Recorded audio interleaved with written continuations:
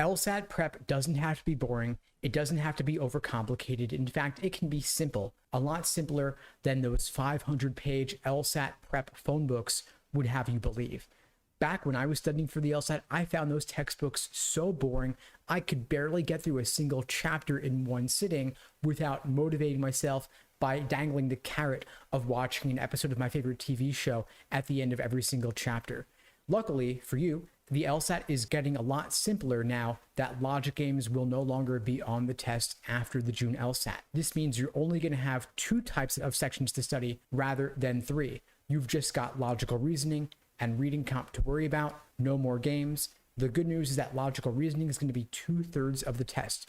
So I'm going to recommend, to keep things simple for you, start off by focusing on mastering logical reasoning. Once you do that, everything else is going to follow.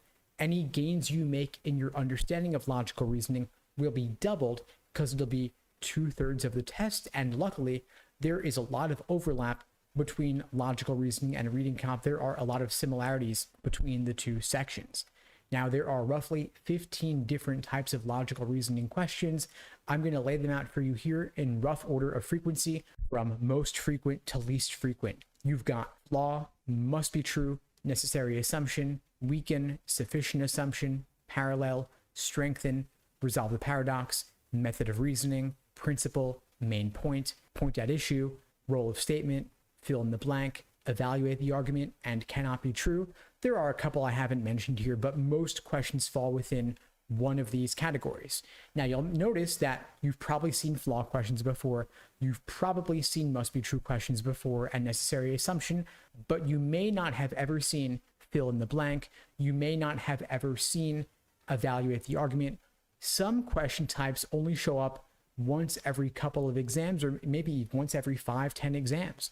In contrast, you're going to have multiple flaw questions, multiple must be trues, multiple necessary assumptions. And so I want you to start off by focusing on the low hanging fruit, master the most common 3 types of logical reasoning questions. Everything else will follow after that. Flaw questions, fairly straightforward. They want you to identify the flaw in the argument. They want you to articulate it. My recommended approach here is read the argument, read the stimulus, try to determine or predict or pre-phrase your understanding of the flaw for yourself, then look for the description of that flaw in the answer choices. It's going to be much easier to spot LSAC's articulation of it if you already have determined it for yourself with your own articulation in your head. The wrong answer choices will simply be wrong because they accuse the argument of a crime that it has not committed. For must be true questions, it's all in the name. Which one of the following must be true based on the argument above? These could be a fact set, meaning a bunch of pieces of disinformation with no conclusion, or it could be an argument and they just want to know what else follows from this. It could be a paraphrase. It could be connecting 2 different parts of the argument. It may only relate to one part of the argument, but of course, we are not opening the door to any new information at all. Some of these are formal logic, where you may want a diagram. However, most of them are not. Then finally, you've got necessary assumption questions, not to be confused with sufficient assumption questions.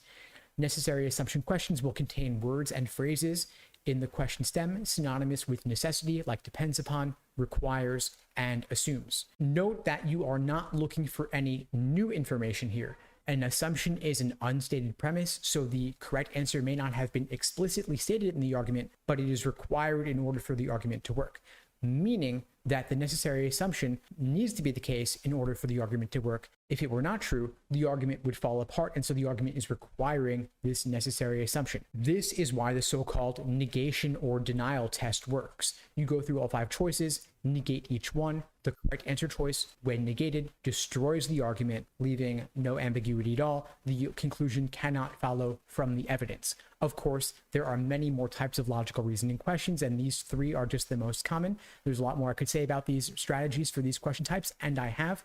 At LSAT Unplugged, of course, we cover all 15 or so different types of logical reasoning questions, as well as, of course, reading comprehension in depth in our programs. If you're looking to score 170 or above on the LSAT this fall or beyond, you can check out the links below the video to find out more and to book a call with me and my team.